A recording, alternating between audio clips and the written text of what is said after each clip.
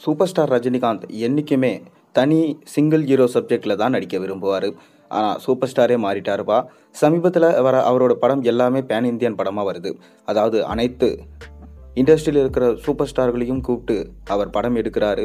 இதனால் அவருடைய எண்ணமும் மாறி போச்சு. அதாவது தனியாக நடித்தா படம் ஓடாது, அதனால் நம்ம எல்லாருக்கூடும் சேர்ந்து நடித்தா தான் படம் ஓடும் என்று சொல்ல ஆரம்பிச்சிட்டாங்க.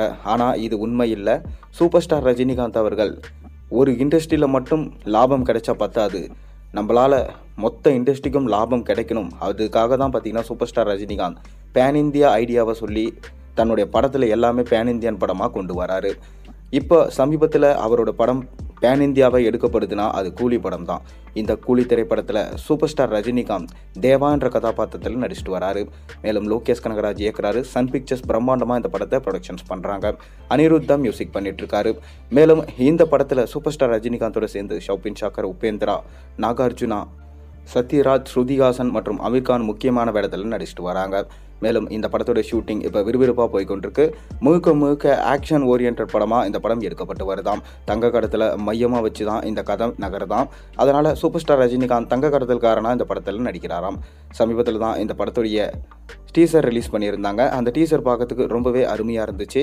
அதை தொடர்ந்து பார்த்தீங்கன்னா இந்த படத்துடைய ஃபஸ்ட்டு சிங்கிள் பாடலும் ரிலீஸ் பண்ணியிருந்தாங்க. இந்த ஃபஸ்ட்டு சிங்கிள் டி ராஜேந்தரோட வாய்ஸில் ரொம்பவே பார்க்க அருமையாக இருந்துச்சு. சூப்பர் ஸ்டார் ரஜினிகாந்தோட நடனமும் ரொம்ப மக்களுக்கு பிடிச்சிருந்தது. அதை தொடர்ந்து இப்போ செகண்ட் சிங்கிள் பாடலை நம்ம தனுஷ் அவர்கள் பாடியிருக்கிறதா ஒரு தகவல் கிடைச்சிருக்கு. ஏற்கனவே பார்த்தீங்கன்னா ரஜினி அவர்களே பாடியிருக்கார் என தகவல் போய்கொண்டிருந்தது. ஆனால் தனுஷ் அவர்கள் பாடியிருக்காராம். நம்ம தனுஷ் அவர்கள் சூப்பர் ஸ்டார் ரஜினிகாந்தோட மருமகனாக இருந்தாலும் சூப்பர் ஸ்டார் ரஜினிகாந்தோடைய ஃபேன் தான் என்று சொல்லப்பட்டு வருது. சூப்பர் ஸ்டார் ரஜினிகாந்தோட படத்தில் எப்படியாச்சும் ஒரு சின்ன ரோலாச்சு பண்ணி ஆகணும் என தனுஷ் அவர்கள் பல வருஷமாக கனவு கண்டுட்டு வராரு. ஆனால் அது இன்னைக்கு வரைக்கும் நடக்கலை. ஆனால் இனிமேவும் நடக்காதுக்கு வாய்ப்பு இருக்கான்னு சொல்லி கேட்டால் கேள்விக்குறி தான். ஏன்னா அவரோட சூப்பர் ஸ்டார் மகளான ஐஸ்வர்யா ரஜினிகாந்தை அவர் விவாகரத்து செஞ்சிட்டாரு. இதனால் சூப்பர் ஸ்டார் ரஜினிகாந்த் கண்டிப்பாக தனுஷை ஏற்றுக்க மாட்டார்.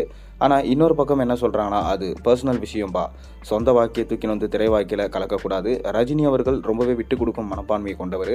அதனால் கண்டிப்பாக அவர் வாய்ப்பு கொடுப்பார் என சொல்லப்படுது.